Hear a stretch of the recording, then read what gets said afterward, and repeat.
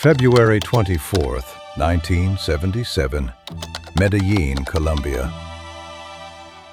You are born into a country that already fears your last name. Outside the clinic, armed men stand guard, not because of you, not yet, but because of him. Your father is not president, he is not general, he is not a movie villain.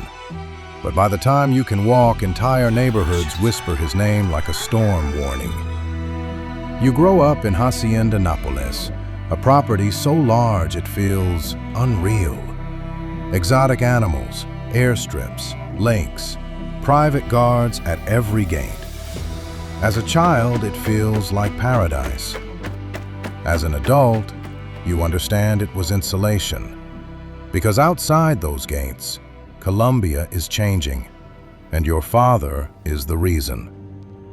By 1984, when you are 7 years old, the assassination of Justice Minister Rodrigo Lara Bonilla makes international headlines. You don't understand politics. You understand that your father stops smiling as much. By 1985, car bombs become part of national news cycles.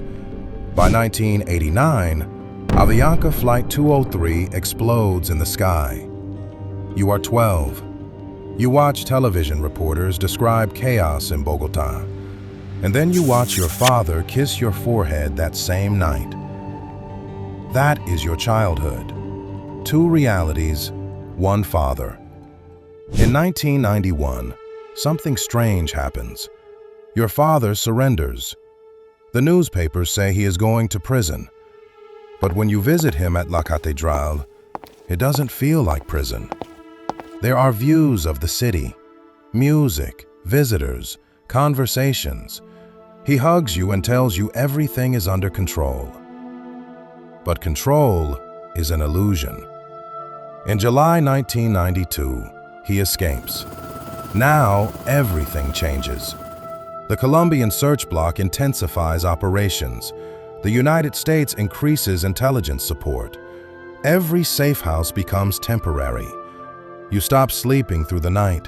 Phones are dangerous. Windows are dangerous. Neighbors are dangerous. You are 15. Your world shrinks from a kingdom to a few rooms at a time. Your father ages rapidly. The man who once built estates now studies rooftops before entering buildings. He speaks less loudly. He trusts fewer people. You see fear in his eyes for the first time, and that changes something inside you. December 2nd, 1993, Los Olivos neighborhood, Medellín. You are 16 years old. Gunshots echo across rooftops. The man who once dominated headlines is now running across clay tiles. Minutes later, it is over. You see the image on television.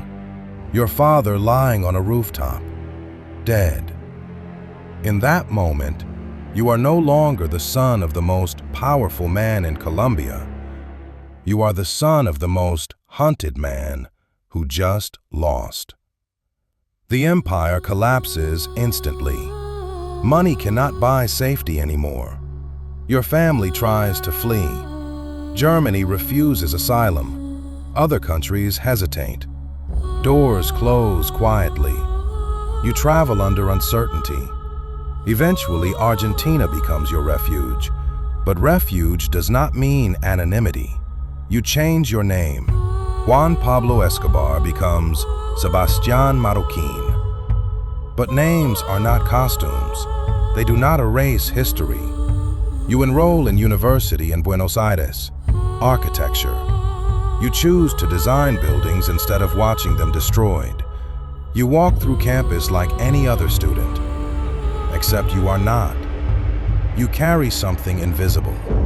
Every time someone Googles you, every time a journalist calls, every time a stranger recognizes your face from documentaries, you are reminded that inheritance is not always financial. Sometimes it is historical. Sometimes it is psychological. You begin speaking publicly years later, not to defend the empire, not to justify violence, but to humanize a contradiction. You loved your father. The world hated him. Both things are true at the same time. And that duality is exhausting. You talk about forgiveness. You meet with victims' families. You apologize for actions you did not commit, because silence feels like complicity. But speaking feels like reopening wounds. There is no clean path. By the time you reach your 30s, you realize something profound. The most powerful prison your father built was not Hacienda Nápoles. It was a last name. Power once protected you. Now it defines you. You cannot fully escape it, but you can reshape what it means. Your father's life ended on a rooftop in 1993. Yours continues in lecture halls, interviews, construction sites. He built an empire based on fear. You attempt to build something based on distance from that fear. Yet the world never lets you forget. Every documentary, every Netflix series, every viral clip, it all resurrects him.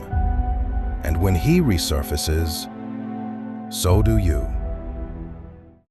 You were 16 when he died, old enough to remember everything, too young to choose any of it.